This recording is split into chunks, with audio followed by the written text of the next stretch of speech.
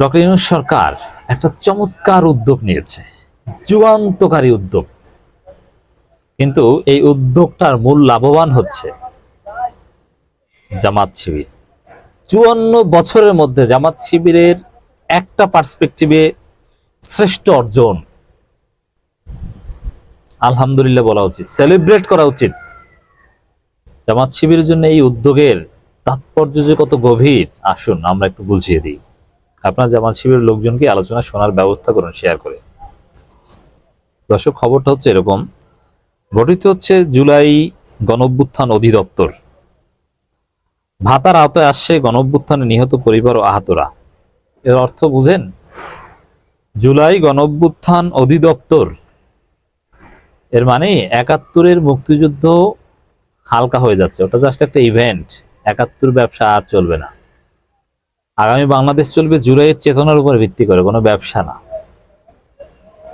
অতএব এই জুলাই অধিদপ্তর, গণঅভ্যুত্থান অধিদপ্তর প্রতিষ্ঠিত হওয়া মানে ৭১-এর মুক্তিযুদ্ধ প্রশ্ন নিয়ে রাজনীতি করার সুযোগ শেষ হয়ে যাওয়া। ৫৪ বছরে জামাত ইসলামী নানান চেষ্টা করে, কখনো জামাতের নেতারা জাসদ সাজে, যে আমরা জাসদ করতাম, কখনো নিজেদেরকে সেক্টর কমান্ডার বানিয়ে ফেলে, কখনো অন্য কথা বলে, কখনো ক্ষমা চায়, ক্ষমাও চেয়েছে জামাতের লোকজন, কখনো নতুন দল গঠনের উদ্যোগ নেয়, কখনো আবার সেটা থেকে ফিরে আসে, জামাত ভেঙে বিপার্টি গঠিত হয়, নানান কিছু। কেউ যায় খেলাফত মজলিসে, কত কিছু ভিতরে ভিতরে। আসলে ৭১ প্রশ্নকে জামাত হালকা করতে পারেনি। কিন্তু এই যে জুলাই গণঅভ্যুত্থান অধিদপ্তর প্রতিষ্ঠিত হওয়ার মধ্য দিয়ে আমি মনে করি ৭১ নিয়ে ব্যবসা করার সুযোগ শেষ হয়ে যাবে। এটা জামাতের শ্রেষ্ঠ অর্জন, লাভ, বড় সুখবর অলরেডি। হ্যাঁ, এই অর্জন, এটা জামাতের অর্জন, শিবির অর্জন। তারা ৭১-এ ভূমিকা, তারা ২৪-এ ভূমিকা রেখেছে। দর্শক, এটা অর্জন, সুখবর যাই বলতে পারেন, শিবির এটা করেছে। অতএব এটা তো সুযোগ কাজে লাগাতে হবে। আচ্ছা, যারা ৪৭-এ পাকিস্তান আন্দোলনের বিরোধিতা করেছিল কিন্তু ৭১-এ মুক্তিযুদ্ধ করেছিল, তাদেরকে কি কেউ জাতি ভিলেন বলে ৭১-এর পর? না, বলেনি। কেন বলেনি? তারা ৭১-এর মুক্তিযোদ্ধা, তাদেরকে হিরোই বলতো। তো ৭১-এ জামাত স্বাধীনতার বিরোধিতা করেছিল, কিন্তু ২৪-এ যেহেতু আমাদের ২৪-এর স্বাধীনতার মূল নায়ক অথবা একেবারে প্রথম সারির যোদ্ধা যেহেতু জামাত শিবির, অতএব ৭১ প্রশ্ন নিয়ে জামাতকে আর কিছু বলার সুযোগ নেই। আর ৭১-এ যারা জামাতের ছিল তারা তো বর্তমানে নেই। আমি মনে করি এই অধিদপ্তর গঠনের সিদ্ধান্তর মধ্য দিয়ে ৭১ নিয়ে ব্যবসা করার সুযোগ নষ্ট হয়ে যাচ্ছে। এবং দেখেন, এতদিন যেরকম মুক্তিযোদ্ধারা ভাতা, মুক্তিযুদ্ধ পরিচয়, এইগুলো খুব কাজে লাগতো, এখন কিন্তু সেটা আর হচ্ছে না। এখন হচ্ছে ২৪-এর ওই মুক্তিযোদ্ধারা যেরকম ভাতা পেত, স্পেশাল সুযোগ সুবিধা, চিকিৎসা, সব জায়গায় রাষ্ট্রীয় মর্যাদা পেত, রাষ্ট্রীয় মর্যাদায় দাফন হতো। এখন এই জুলাই গণঅভ্যুত্থান অধিদপ্তরের মধ্য দিয়ে ভাতার আওতায় আসবে গণঅভ্যুত্থানে নিহতদের পরিবার ও আহতরা, সেই মুক্তিযোদ্ধাদের মতো। তাই ৭১ প্রশ্ন এখন ভাতা পেলেও ওটা, আপনি কি জানেন যে দ্বিতীয় বিশ্বযুদ্ধে আহত বা অংশগ্রহণকারীরা এখনো ভাতা পায় ব্রিটিশ সরকারের পক্ষ থেকে? বাংলাদেশে আমার পরিচিত লোক আছে যে বেঁচে আছে, সে সেকেন্ড ওয়ার্ল্ড ওয়ারে অংশগ্রহণ করার জন্য ব্রিটিশ সরকারের কাছ থেকে ভাতা পায়। এই জন্য কি তাকে বাংলাদেশের পলিটিক্যাল অঙ্গনে আমরা গ্লোরিফাই করি যে দ্বিতীয় বিশ্বযুদ্ধের যোদ্ধা, ভাতাপ্রাপ্ত যোদ্ধা, অমুক তমুক, তাকে স্যালুট দাও, সালাম দাও, অমুক তো বলি না। ওইরকম ভাতা ৭১-এর মুক্তিযোদ্ধারা পাবে, কিন্তু সমাজে গুরুত্ব থাকবে। এখন সমাজ দাপিয়ে বেরাবে এরকম, এতদিন যেরকম মুক্তিযোদ্ধারা দাপিয়ে বেরিয়েছে, এখন দাপিয়ে বেরাবে ২৪-এর মুক্তিযোদ্ধারা, ২৪-এর আহত নিহতদের পরিবার, তারা ভাতা পাবে। তো অধিদপ্তর প্রতিষ্ঠিত হওয়া এবং তারা ভাতা পাবে, এই বিষয়টা ৭১-এর, আমি মনে করি যে ৭১-কে সারপাস করে এই ২৪-কে সামনে এনেছে। অতএব জামাতের বিরুদ্ধে ৭১ নিয়ে রাজনীতি করে আর কেউ সুবিধা করতে পারবে না। রাষ্ট্রীয়ভাবে অধিদপ্তর হচ্ছে, আপনি কিসের জামাতকে আপনি ডিমোরালাইজ করছেন? জামাত যে বিষয়ে রাষ্ট্রীয় অধিদপ্তর হচ্ছে, জুলাই গণঅভ্যুত্থান অধিদপ্তর, যারা ভাতা পাচ্ছে, আপনি তাদেরকে স্বাধীনতা বিরোধী বলে রাজনীতি করে কোনো ফায়দা পাবেন না। তারা একটা স্বাধীনতা যুদ্ধে, ২৪-এর স্বাধীনতা যুদ্ধের নায়ক, আহত নিহত, প্রথম সারির যোদ্ধা, পলিসি মেকিং এ ছিল, যে বিএনপি পলিসি মেকিং এ নাই। অতএব জামাত কোথায় চলে যাচ্ছে, কত উচ্চতায় চলে যাচ্ছে, আপনি বুঝতে পারছেন এই অধিদপ্তর প্রতিষ্ঠার মধ্য দিয়ে? এই ভাতা সুবিধা চালু করার মধ্য দিয়ে এটা সত্যি 54 বছরে জামাত যা পারেনি, ডক্টর ইউনূস সরকারের হাত ধরে সেটা হচ্ছে, ডক্টর ইউনূস সরকারের উদ্যোগের ফলে সেটা হচ্ছে।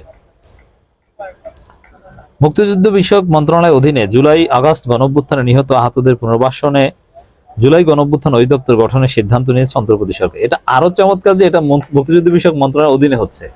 আপনি জামাতকে বলবেন মুক্তিযুদ্ধ বিরোধী, স্বাধীনতা বিরোধী, অথচ এই মন্ত্রণালয়ের অধীনে যে আরেক অধিদপ্তর, সেখানে মূল মুক্তিযুদ্ধই হচ্ছে জামাত শিবির, মাস্টার মাইন্ড 9 দফা অমুক তমুক শিবির। অতএব দর্শক, সত্যিকার অর্থেই জামাত রাজনীতিতে একটা ভালো অবস্থা করতে যাচ্ছে এবং তাদের যে 54 বছর আগের ক্ষত সেটা নরমালাইজড হতে যাচ্ছে আমরা মনে করি। এর মধ্যে দিয়ে এই অধিদপ্তরের মাধ্যমে গণঅভ্যুত্থানে নিহতদের পরিবারের সদস্য এবং আহতদের মাসিক ও এককালীন ভাতার আওতায় আনা হবে। সরকার প্রজ্ঞাপনের মাধ্যমে এই ভাতা নির্ধারণ করবে। পাশাপাশি নিহতদের পরিবারের কর্মক্ষমদের শিক্ষাগত যোগ্যতা অনুযায়ী সরকারি চাকরি ব্যবস্থা করে। সেই মুক্তিযোদ্ধারা যা পেত এখন সেটা পাবে।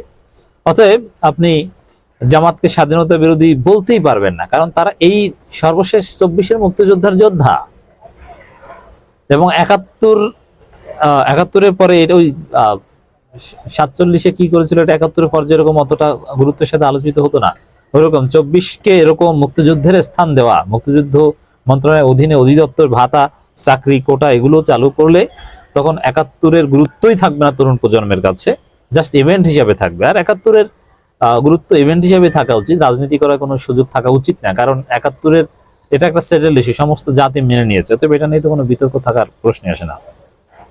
এদের মধ্যে অধিদপ্তর গঠনের লক্ষ্যে 13 পৃষ্ঠার একটি খসড়া নীতিমালা তৈরি করা হয়েছে। ভবন বা স্থান নির্ধারণ করা হবে, এটা নিশ্চিত আমরা হবে, এটা নিয়ে কেউ ঠেকাতে পারবে না। বিএনপি এখানে ঠেকানোর সাহস করবেন, তলে তলে ষড়যন্ত্র করবে। তবে সম্প্রতি 63 জনের একটি জনবল কাঠামো অনুমোদনের জন্য জনপ্রশাসন মন্ত্রণালয়ে পাঠিয়েছে মুক্তিযুদ্ধ বিষয়ক মন্ত্রণালয়। জনপ্রশাসন ও অর্থ মন্ত্রণালয়ের অনুমোদনের পর গণঅভ্যুত্থান অধিদপ্তর কার্যক্রম শুরু হবে। তবে এর আগে নীতিমালা প্রণয়ন করে শহীদ পরিবার ও আহতদের সহায়তা দিতে তৎপরতা চলছে। এখন আগের মতো আবার অপরাজনীতি কেউ করতে পারবে না আমরা বিশ্বাস করি। যেমন 3 লক্ষকে 30 লক্ষ বানিয়ে যে ব্যবসা আওয়ামী লীগের 71 নিয়ে, এটা করা যাবে না, কারণ এবার একেবারে সব তালিকা থাকবে, শুরুতেই সুযোগ সুবিধা অধিদপ্তর।